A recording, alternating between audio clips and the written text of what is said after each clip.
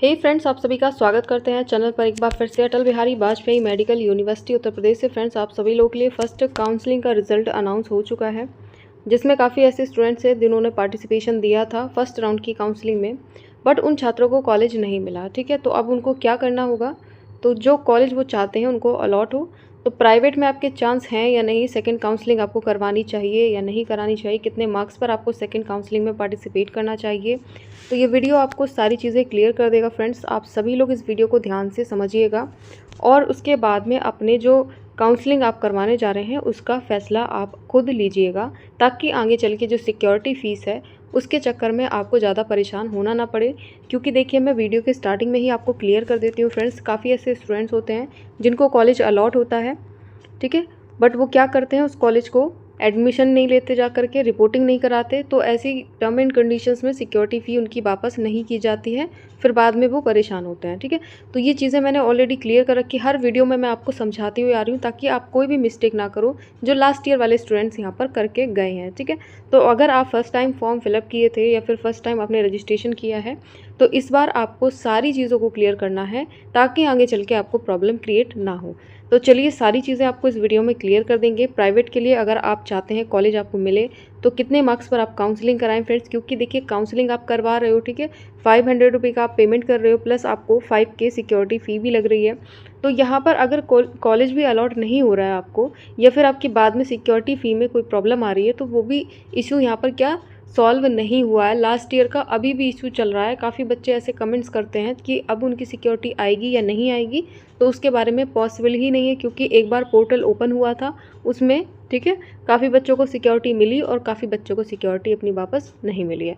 तो चलिए अभी स्टार्ट कर लेते हैं वीडियो अपनी। चलिए अब बात करेंगे सबसे पहले तो राउंड फर्स्ट में जिन बच्चों को कॉलेज नहीं मिला है, तो वो अब यहाँ पर क्या करें, पार्टिसिपेट करें सेकंड राउंड में या नहीं, और प्राइवेट में मिलेगा या नहीं होगा उनका, तो कितने मार्क्स पर आपको कम से कम कितना मार्क्स होना चाहिए। मिनिमम मार्क्स की बात करेंगे कि आपको कोई कॉलेज अलॉट हो। कोई का मतलब आप चाहे लो कट ऑफ की बात कर रहे हो, चाहे आप medium to low cut off की बात कर रहे हो, ठीक है। हाई कट ऑफ का तो चांस बहुत रेयर है अगर आपके मार्क्स कम है। तो चलिए स्टार्ट कर लेते हैं वीडियो। अगर आप नए हो तो जल्दी से सब्सक्राइब कर लो, बेल आइकन प्रेस करके टेलीग्राम इंस्टाग्राम ज्वाइन कर सकते हो। तो चलिए, तब तक आप वीडियो लाइक ज़रूर कर दीजिएगा, अपने फ्रेंड्स को भी शेयर कर दें। इस ऑफिशियल वेबसाइट पर चलते हैं। तो यहाँ पर आपको कुछ चीज़ें अभी क्लियर कर लेनी है, जैसे कि अभी सेकेंड राउंड को स्टार्ट होने में काफ़ी समय है, तो कब तक स्टार्ट होगा वो भी आपको बता देते हैं फ्रेंड्स। क्योंकि देखिए, यहाँ पर जो कह सकते हो कि सीट मैट्रिक्स है, उसके अकॉर्डिंग आपको सारी चीज़ें क्लियर होती हैं कि कहाँ पर कितनी सीटें अभी आपकी बाकी रह गई हैं, ठीक है। तो ये डाउनलोडेड ऑलरेडी है, तो यहाँ से इसको ओपन कर लेते हैं। अब जैसे ही ऊपर आएंगे आप, यहाँ पर स्टार्टिंग होगी आपकी सेकेंड राउंड के लिए रजिस्ट्रेशन 11 तारीख से आपकी स्टार्ट होगी, ठीक है। तो इससे पहले ही, यानी कि रजिस्ट्रेशन होने से पहले ही आपके 2 या 3 या फिर 4 दिन पहले भी, ठीक है, कह सकते हो, बिकॉज 8 को लास्ट डेट है आपके रजिस्ट्रेशन रिपोर्टिंग टाइम के लिए। तो यहाँ पर आपके लास्ट डेट के अकॉर्डिंग या तो आपकी 9 को आ जाएगी या 10 को आ जाएगी, इन दोनों के बीच में आ सकती है आपकी सीट मैट्रिक्स, या फिर इससे पहले भी रिलीज़ हो सकती है। ये अभी कहना पॉसिबल नहीं है, बिकॉज जल्दी जल्दी अभी काउंसलिंग करानी है बीएससी नर्सिंग के लिए, अभी पोस्ट बेसिक की भी बाकी है, ठीक है, अभी यहाँ पर एमएससी की भी बाकी है, इनकी भी स्टार्ट नहीं हुई है, ओनली बीएससी नर्सिंग वाले स्टूडेंट्स की स्टार्ट हुई है। तो यहाँ पर जो पॉसिबिलिटीज़ बनती हैं आपकी सीट मैट्रिक्स को लेकर के, आपको 9-10 के बीच में आपको किसी भी टाइम पर सीट मैट्रिक्स देखने को मिल जाएगी, और उसी के अकॉर्डिंग आपको आइडिया हो जाएगा फ्रेंड्स कि कहाँ पर कितनी सीटें आपकी वैकेंट हैं और कहाँ पर आपको यहाँ ज़्यादा चांसेस क्रिएट है कि कॉलेज अलॉट होगा। अब यहाँ पर चलिए मान लेते हैं प्राइवेट में अगर आप यहाँ पर ट्राई कर रहे हो, ठीक है, अगर आप प्राइवेट यहाँ पर कॉलेज चाहते हो, तो आपको कितना मिनिमम मार्क्स होना चाहिए काउंसलिंग करवाने के लिए। तो चलिए थोड़ा सा समझते हैं चीज़ों को। तो चलिए फ्रेंड्स, यहाँ पर मार्क्स के अकॉर्डिंग थोड़ा सा समझते हैं सेकंड राउंड की काउंसलिंग के लिए। अब कुछ ऐसे स्टूडेंट्स हैं जिनको फर्स्ट में कोई भी कॉलेज नहीं अलॉट हुआ है, तो वो स्टूडेंट्स क्या करेंगे, अब सेकंड राउंड में पार्टिसिपेशन करेंगे। अब देखिए कितने मार्क्स वाले हैं यहाँ पर कॉलेज अलॉट हुए हैं, तो अभी मैं आपको क्लियर कर दूँ फ्रेंड्स, कम से कम 140 प्लस वाले स्टूडेंट्स को, ठीक है, यहाँ पर फर्स्ट काउंसलिंग में गवर्नमेंट जो बेस्ट कॉलेजेस की बात कर रहे हैं उनको अलॉट हुए हैं, लो कट ऑफ भी अलॉट हुए हैं, ठीक है। अगर 130 प्लस गए हैं तो उनको लो कट ऑफ भी अलॉट हुए हैं गवर्नमेंट में। क्योंकि देखिए लो कट ऑफ और हाई कट ऑफ कॉलेजेस में फ़र्क होता है। लो कट ऑफ का मतलब है जो कॉलेजेस न्यू होते हैं, ठीक है, अभी अभी बने हुए हैं, तो उनका जो कट ऑफ है वो ज़्यादा नहीं जाएगा। देन यहाँ पर हाई कट ऑफ की बात करें, जो कॉलेजेस बहुत ओल्ड हैं, ठीक है, उनका जो कट ऑफ जाता है वो ज़्यादा हाई जाता है। तो कोशिश किया करें फ्रेंड्स, आपके मार्क्स के अकॉर्डिंग आप कॉलेजेस को फिलअप करें। अब देखिए प्राइवेट की बात कर लें कि यहाँ पर प्राइवेट में आपको कितने % चांसेस हैं कि आपको कोई भी कॉलेज अलॉट हो जाए, चाहे वो लो कट ऑफ भर रहे हों, चाहे आप वो हाई कट ऑफ भर रहे हों। अगर हाई कट ऑफ की बात करें तो अप्रॉक्स आपको 120 से लेकर के 130 के बीच में आपके मार्क्स होने ज़रूरी हैं, तब आपको हाई कट ऑफ अलॉट होगा। देन अगर यहाँ पर न्यू कॉलेजेस यानी कि लो कट ऑफ की बात कर रहे हैं, तो आपको 100 से लेकर के 120 के बीच में मार्क्स होना बहुत ज़रूरी है, तो आपको लो कट ऑफ यानी न्यू कॉलेजेस अलॉट हो जाएंगे। अब देखिए काफ़ी ऐसे स्टूडेंट्स होंगे वो ये सोचेंगे कि जब हमारे 130 के आसपास मार्क्स हैं तो हम गवर्नमेंट में ट्राई कर लें, ठीक है, हम प्राइवेट क्यों लें, क्योंकि यहाँ पर मार्क्स भी उनके अकॉर्डिंग ठीक ठाक है। तो आप क्या करोगे, अगर आपको गवर्नमेंट ही कॉलेज चाहिए तो न्यू कॉलेजेस फिल कीजिए सबसे ऊपर साइड में। देन उसके बाद अगर आप चाहते हैं कोई भी कॉलेज आपको मिल जाए, चाहे वो प्राइवेट हो चाहे वो गवर्नमेंट हो, तो नीचे साइड में आप प्राइवेट को फिल कर सकते हो। इस तरीके से अपनी प्रेफरेंस भी रख सकते हो, तो वो आपके ऊपर डिपेंड करता है कि आपको कैसी अपनी प्रेफरेंस रखनी है। अब देखिए सेकेंड काउंसलिंग में आपको पार्टिसिपेट करना चाहिए या नहीं करना चाहिए, वो यहाँ पर क्लियर कर लें। अब देखिए काफ़ी ऐसे कमेंट्स भी हैं जिनके अकॉर्डिंग कुछ ऐसे स्टूडेंट्स को कॉलेज पसंद नहीं आया, ठीक है। तो सबसे पहली बात तो ऐसे कॉलेज को फिल ही क्यों करना है जो आपको वो कॉलेज पसंद ही ना आए। सबसे पहले तो उन कॉलेजेस को बिल्कुल आप हटा दो, नहीं फिल करना है। बस वही कॉलेज आपको फिल करने हैं जिसमें आप एडमिशन लेने के लिए पूरे प्रिपेयर हो, ठीक है। तो इसमें क्या होता है फ्रेंड्स, आपकी जो सिक्योरिटी फ़ीस का जो यहाँ पर क्राइटेरिया होता है जो वापस करने का, ठीक है, जो रिफ़ंड आती है, तो उसमें प्रॉब्लम क्रिएट नहीं होती। अब देखिए अलॉट कॉलेज हो गया, उसमें अगर आप एडमिशन नहीं ले रहे या फिर आप कोई भी आगे नेक्स्ट स्टेप कर रहे हो, तो उसमें क्या होता है सिक्योरिटी फ़ीस में थोड़ी सी प्रॉब्लम आ जाती है। लास्ट ईयर जिन बच्चों को कॉलेज अलॉट हुए थे उन्होंने डिक्लाइन किया था, ठीक है, वो भी ध्यान दें।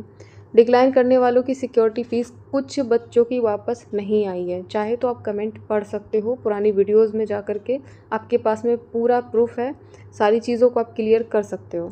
तो यहाँ पर कोई भी ऐसी इन्फॉर्मेशन नहीं है फ्रेंड्स जो आपको खुद के मन से या खुद के ही अकॉर्डिंग दी जाती हो। जो अभी लास्ट ईयर तक होता हुआ आ रहा है वही सारी चीज़ें आपको यहाँ पर मैं शेयर करती हूँ, उसी के अकॉर्डिंग सारी चीज़ों को आपको क्लियर करती हूँ ताकि आपको कोई भी प्रॉब्लम क्रिएट ना हो। अब देखिए कुछ ऐसे स्टूडेंट्स हैं जो नॉट क्वालिफाइड हैं, तो यहाँ पर उन बच्चों का कहना है कि उनको कोई भी राउंड में आगे चल करके यानी कि स्टे राउंड होता है या फिर मॉपअप राउंड होता है, उनको पार्टिसिपेट करने दिया जाएगा, ठीक है।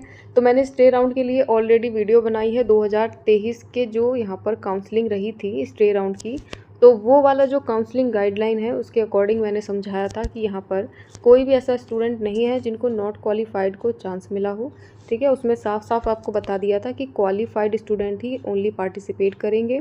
अब काफ़ी कमेंट्स ऐसे भी थे कि आप 2023 का यहाँ पर काउंसलिंग गाइडलाइन दिखा रहे हो, वो इसलिए दिखाना पड़ता है ताकि आपको क्लियर हो जाए कि यहाँ पर नॉट क्वालिफाइड को चांस नहीं मिलता है, ठीक है। उससे कोई फ़र्क नहीं है कि 2023 का है या फिर 2022 का है, ठीक है। उसमें आपको जो मेन मोटो है शो कराने का कि क्वालिफाइड स्टूडेंट ही यहाँ पर पार्टिसिपेट करते हैं, नॉट क्वालिफाइड पार्टिसिपेट नहीं करते। तो इन चीज़ों को क्लियर करना बहुत ज़्यादा ज़रूरी है। तो जिनके मार्क्स बहुत कम है तो वो वीडियोस देख सकते हो जा करके, आपको विद प्रूफ के साथ में हर चीज़ को क्लियर किया हुआ है।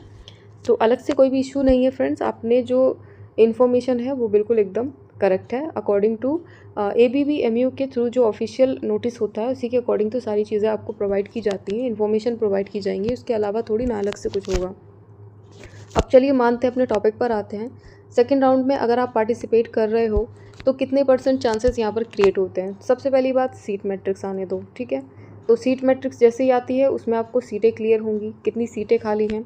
अब वही 10 से 15% सीटें अगर होंगी या 10 से 20% सीटें अगर आपकी खाली रही होंगी तो चांसेस आपको मिल जाएगा गवर्नमेंट के लिए यहाँ पर 135+ वाले स्टूडेंट्स को, ठीक है, गवर्नमेंट के लिए। बिकॉज अभी भी आपने देखा होगा फर्स्ट राउंड में बहुत से ऐसे स्टूडेंट्स हैं जिनको 130 पर भी कॉलेज नहीं मिला बिकॉज प्रीफ्रेंस सही नहीं था, ठीक है।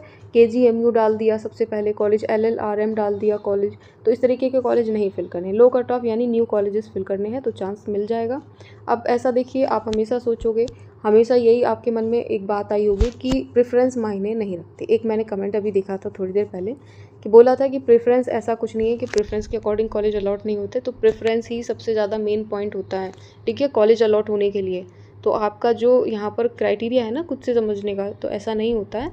आपको लास्ट ईयर के अकॉर्डिंग सारी चीज़ों को आप खुद से यहाँ पर एग्जामाइन कर सकते हो, ठीक है। आप मेरी भी मत सुनो, आप लास्ट ईयर के अकॉर्डिंग हर चीज़ को एग्जामाइन करते हुए चलो, तो आपको खुद ब खुद हर चीज़ पता चल जाएगी। तो यहाँ पर प्रेफरेंस मायने रखती है, तो आपको प्रेफरेंस ही सही रखनी होगी, ठीक है। तो हमेशा ध्यान रखें 130 या 130 प्लस है, 135 प्लस है। लो कट ऑफ कॉलेजेस गवर्नमेंट के लिए आपको क्या करना है, फर्स्ट में प्रायोरिटी रखनी है, देन मीडियम कट ऑफ रखना है, हाई कट ऑफ नहीं रखना है, ठीक है। हाई कट ऑफ में अलॉट नहीं होगा। अब यहाँ पर 145 प्लस है, तो आप यहाँ पर रख सकते हो अपना गवर्नमेंट के लिए जो मीडियम कट ऑफ है, देन उसके बाद हाई कट ऑफ है, इस तरीके से कॉलेज रख सकते हो। तो अभी मैंने काफ़ी लोगों को ऐसी प्रेफरेंस बताई थी फ्रेंड्स, कुछ बच्चों को कॉलेज अलॉट हुए, बट कुछ बच्चों ने यहाँ पर क्या किया, मिस्टेक कर दिया, मेरे अकॉर्डिंग प्रेफरेंस नहीं रखी, तो उनको कॉलेज भी अलॉट नहीं हुआ। तो आप ऐसा मत करें, आपके मार्क्स भी अच्छे हैं और उसके बाद भी आपको चांस मिल रहा है। फर्स्ट राउंड में सबसे ज़्यादा चांसेस होते हैं आपके कि आपको कॉलेज अलॉट हो, क्योंकि वहाँ पर कोई भी सीट फिलअप नहीं होती है, सारी सीटें खाली होती हैं। तो अच्छी प्रेफरेंस रखो ना, तो आगे चल के प्रॉब्लम ही ना हो। तो जो बच्चों को यहाँ पर कॉलेज नहीं मिला, तो सेकेंड राउंड में पार्टिसिपेट कर लीजिए। कितनी फ़ीस लगेगी, किस किस स्टूडेंट्स को फ़ीस देनी है, तो ये वाला वीडियो कंप्लीट वॉच कर लें, इसमें सारी चीज़ें आपको मिल जाएंगी। और जो डिक्लाइन कर रहे हैं उनको फ़ीस देनी है या नहीं देनी, यहाँ पर सेकंड ऑप्शन चूज़ कर रहे हैं, फ्लोट करा रहे हैं, उनको फ़ीस देनी पड़ेगी या नहीं। उसके बाद देखिए जो एडमिशन ले चुके हैं, तो वो तो काउंसलिंग सेकंड में आप नहीं करा सकते, यानी कि जो यहाँ पर फ्लोट ना करा करके अपना फ्रीज़ कर रहे थे, यानी कि फ्रीज़ वाले जो स्टूडेंट हैं वो सेकेंड राउंड में यहाँ पर पार्टिसिपेट नहीं कर सकते, ठीक है। फ्लोट और डिक्लाइन वाले ही यहाँ पर कर सकते हैं। और न्यूली जो रजिस्ट्रेशन करा रहे हैं, जिन्होंने फर्स्ट राउंड में पार्टिसिपेट नहीं किया या काउंसलिंग नहीं कराई है, वे यहाँ पर काउंसलिंग करा सकते हैं। तो कोशिश करें फ्रेंड्स, काउंसलिंग ज़रूर कराएं। आपका जो पेमेंट है, जो पेमेंट रहेगा आपका, उसी तरीके से पेमेंट आपका रहने वाला है। सारे डॉक्यूमेंट्स आपको लगा देने हैं, चॉइस फिल कर देनी है और प्रेफरेंस बहुत अच्छे से रखनी है। हमेशा से समझाया, प्रेफरेंस बहुत ही सही तरीके से आपको रखनी पड़ेगी, ठीक है।